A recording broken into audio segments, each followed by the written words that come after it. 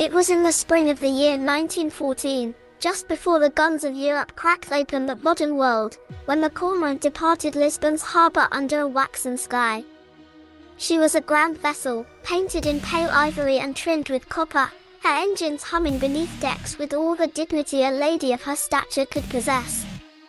Though newer ships boasted more luxury, the cormorant attracted an unusual clientele, wealthy, reclusive, and strange in appetite. Among them was a man named Thaddeus Lyle, an American-born collector of rare wines, antiquities, and machines.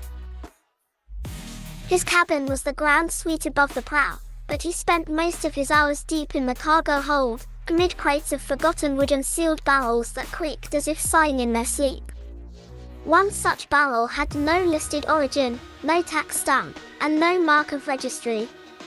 Its iron hoops had been warped by pressure or flame, and its surface bore a peculiar patina like dried blood under moonlight. Though the stevedores refused to touch it, Lyle insisted upon its careful placement near a strange brass contraption of his own design, concealed beneath a heavy top and surrounded by copper tubing that breathed faintly, as though it inhaled the chill sea air.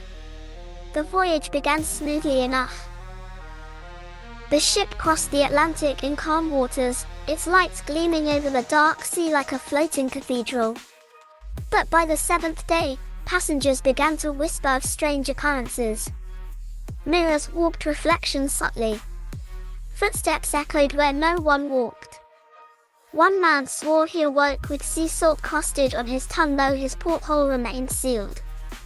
More troubling were the stars, which seemed to shimmer out of alignment, subtly shifting positions even though the navigator insisted his charts were unchanged.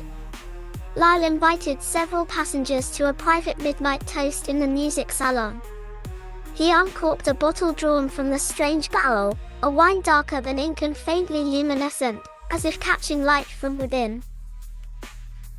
He spoke in soft tones about sacrament and communion, about unlocking awareness not through prayer but through fermentation, and about a machine built not to speak but to listen. The guests drank hesitantly, and those who did found themselves transported into visions more vivid than dreams. They described cities beneath the sea with glass towers shaped like vertebrae, oceans with no sky above, and a being upon a throne with a face shaped like a mirror cracked down the center. One woman collapsed screaming and would not wake.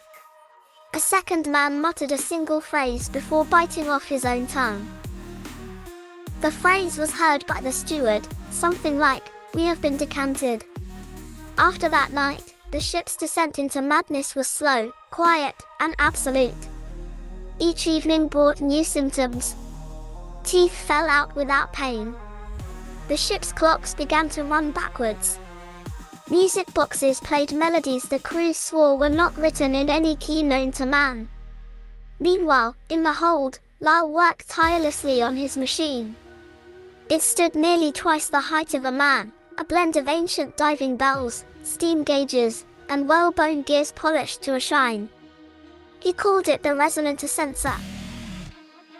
He claimed it was not his invention, but rather a transcription of something shown to him in a dream after handling a shard from the barrel's rim, metal of no terrestrial ore. The machine operated without coal, steam, or wire. It generated its own movement through oscillation, pressure, and sound. It was not made to think, Lyle insisted. It was made to remember. The barrel was its heart. The wine, he claimed, was more than drink. It was medium. Each person who consumed it contributed impressions, sensory experiences harvested by the machine through tonal induction. Their memories fed it. Their fears were notes in a hymn. Lyle would seat each guest within the brass cradle of the ascensor, crank the valves open, and allow the machine to listen as blood pressure modulated in rhythm with unseen tides. He believed it was reaching something. Or more precisely, that it was calling something back. As the cormorant passed beneath an equatorial star formation recorded only once before in ancient Ethiopian charts, the ship changed. Doors led to rooms that did not exist. A newborn child aged a year in a day. The engine crew vanished, their uniforms found folded on the iron grates. One sailor was discovered inside a sealed lifeboat, whispering in a language older than Hebrew and colder than ice. Then the machine began to hum. Passengers who had not drunk the wine began to see its effects. Their dreams filled with static. They awoke with maps etched into their palms. One woman saw her dead husband walking the halls at night, head tilted at an impossible angle. Below deck, the barrel had cracked open not from pressure but from within. Its contents no longer resembled wine, but a mass of golden threads woven through with veins of brass and coils. The ascensor drank it greedily, its tubes pulsing like the lungs of a buried beast. On the 14th night, the ship stopped moving.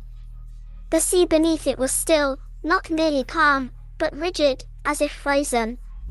The stars were all wrong. The moon had not risen in 2 nights, and yet the deck glowed as if bathed in lunar light. No one could say where they were. The navigators were missing. The only sound was the slow, breath-like rhythm from below, where the ascensor had opened its final iris. It was not a machine anymore. It had become something else. Something grown. Lyle was last seen descending into the hold wearing a black robe stitched with copper wire. He carried in his hands the final glass of wine, the sacrament of culmination. He did not return. When a rescue vessel intercepted the cormorant 3 weeks later, they found no one aboard.